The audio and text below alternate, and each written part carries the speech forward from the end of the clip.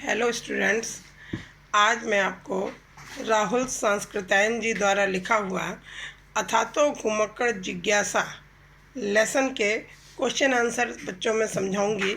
आप ध्यान से देखिएगा। संसार में यदि अनादि सनातन धर्म है तो वह घुमक्कड़ धर्म है। राहुल सांस्कृत्यायन जी कहते हैं कि अगर संसार में अनादि का अर्थ है बच्चों परमेश्वर ब्रह्म, यदि कोई भी सनातन धर्म है तो वह घुमक्कड़ धर्म ही है। उन्होंने घुमक्कड़ धर्म को सबसे बड़ा धर्म माना है, लेकिन वह संकुचित संप्रदाय नहीं है। कहते हैं वो कोई छोटा मोटा संप्रदाय नहीं है। वह आकाश की तरह महान है, समुद्र की तरह विशाल है। जिन धर्मों ने अधिक यश और महिमा प्राप्त की है केवल घुमक्कड़ धर्म ही के कारण। उनका कहना है कि किसी भी धर्म ने अगर अपनी प्रसिद्धि प्राप्त की है तो केवल घुमक्कड़ी धर्म के ही कारण उन्होंने प्रसिद्धि प्राप्त की है।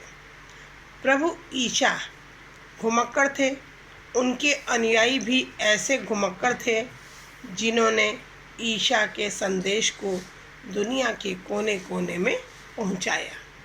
उनका मानना है कि जो लोग घुमक्कड़ी धर्म को अपनाते हैं वो ही अपना नाम दुनिया में कमाते हैं, अपने नाम को कोने कोने में दुनिया के कोने कोने में पहुंचा सकते हैं। अब इसके अंतर्गत जो क्वेश्चन है आप देखते चलेंगे। पहला क्वेश्चन कि प्रस्तुत गद्यांश के माध्यम से लेखक क्या कहना चाहता है। ध्यान दीजिए बच्चों कि प्रस्तुत गद्यांश के माध्यम से लेखक घुमक्कड़ी को संसार के सभी धर्मों से सर्वोच्च बताता है तथा अन्य धर्मों के विकसित होने में घुमक्कड़ी प्रवृत्ति के योगदान की महत्ता को भी स्पष्ट किया है। लेखक का मानना है कि घुमक्कड़ी धर्म ही संसार में सबसे बड़ा धर्म है। दूसरा देखिए बच्चों, रेखांकित अंश की व्याख्या कीजिए। रेखांकित अंश आपका संसार में से लेकर समुद्र की तरह विशाल है। अब आप देखिए कि लेखक का मानना है कि यदि इस संसार में कोई अनादि व सनातन धर्म है तो वह घुमक्कड़ी धर्म है। यह धर्म अन्य धर्मों की तरह देश व काल की सीमाओं में बंधा हुआ तथा संकुचित नहीं है, छोटा नहीं है, बल्कि यह आकाश की तरह महान तथा समुद्र की तरह विशाल है। जिस तरह आकाश की सीमा को नापना तथा समुद्र की गहराई को नापना संभव नहीं है, उसी तरह घुमक्कड़ी धर्म की विशालता और असीमता को भी नापना असंभव है, ऐसा लेखक का मानना है।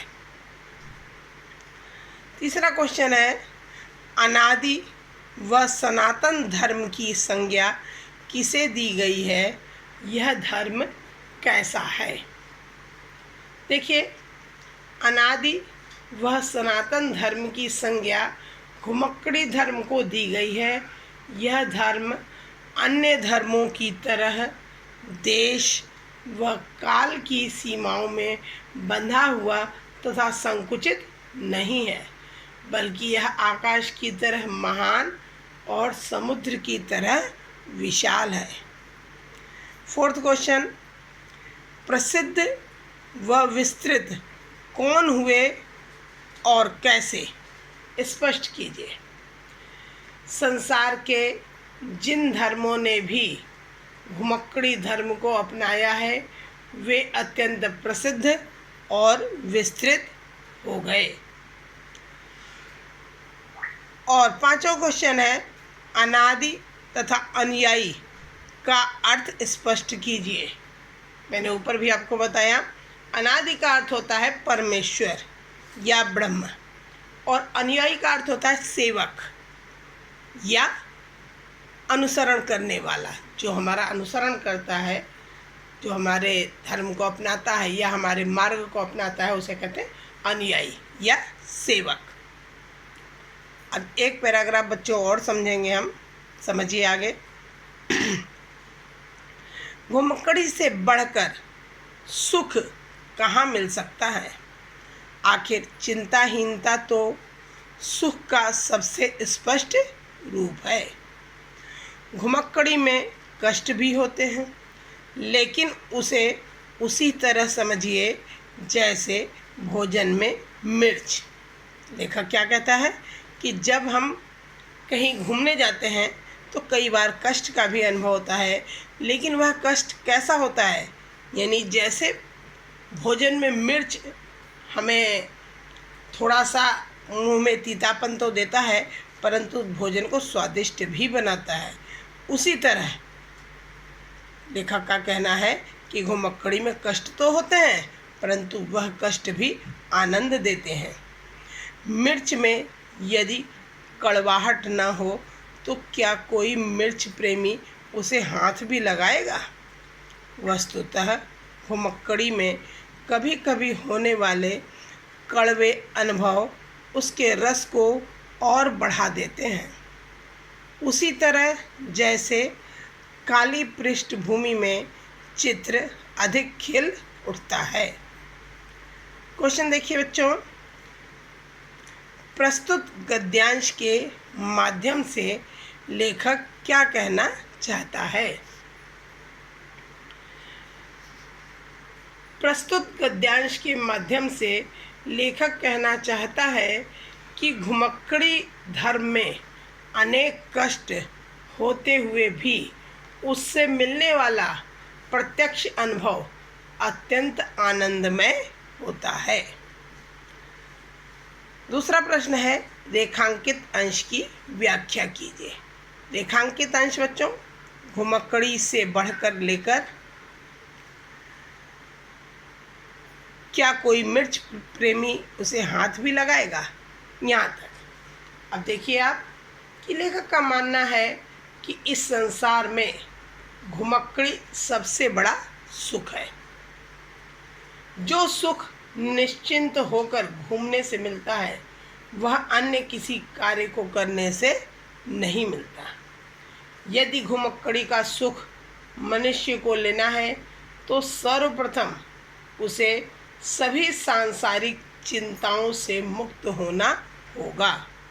जब तक मनुष्य के हृदय में, मन में चिंता है, तब तक वह घुमक्कड़ी का आनंद नहीं उठा सकता। वास्तविक सुख की परिणति चिंताहीन मनोस्थिति से ही संभव है। लेखक ने स्पष्ट किया है कि घुमक्कड़ी में अनेक कष्ट तो होते ही हैं, परंतु वे कष्ट वैसे ही हैं जैसे भोजन में मिर्च का स्वाद। मिर्च में तीखापन होता है, लेकिन यदि भोजन में मिर्च ही नहीं होगी तो भोजन का स्वाद ही समाप्त हो जाएगा। मिर्च भोजन का स्वाद बढ़ाती है, उसी प्रकार घुमक्कड़ी में आए कष्ट उससे मिलने वाले अनुभव व आनंद को बढ़ाते ही हैं। तीसरा क्वेश्चन देखिए बच्चों कि संसार का सबसे बड़ा सुख क्या है? संसार का सबसे बड़ा सुख घुमक्कड़ी धर्म है। जो सुख निश्चिंत होकर घूमने से मिलता है, वह अन्य किसी कार्य को करने से नहीं मिलता। यदि घुमक्कड़ी का सुख मनुष्य को लेना है तो सर्वप्रथम उसे सभी सांसारिक चिंताओं से मुक्त होना होगा। चौथा क्वेश्चन, घुमक्कड़ी के कष्टों की तुलना मिर्च के तीखेपन से क्यों की गई है? घुमक्कड़ी के कष्टों की तुलना मिर्च के तीखेपन से इसलिए की गई है क्योंकि घुमक्कड़ी में अनेक कष्ट होते हैं, परंतु वे कष्ट वैसे ही हैं जैसे भोजन में मिर्च का स्वाद। मिर्च में तीखापन होता है, लेकिन यदि भोजन में मिर्च ही नहीं होगी तो भोजन का स्वाद ही समाप्त हो जाएगा। इसी प्रकार घुमक्कड़ी के कष्ट भी घुमक्कड़ी को आनंदमय बना देते हैं। और लास्ट क्वेश्चन है बच्चों, चिंताहीनता का अर्थ स्पष्ट कीजिए। चिंताहीनता का अर्थ क्या होता है? चिंता का न होना, हीनता यानी चिंताहीन होना यानी चिंता का न होना। ठीक है बच्चों, आपको समझ में आ गया? और अगर कुछ भी आपको समझ में नहीं आया तो मुझसे आप कभी भी पूछ सकते हो।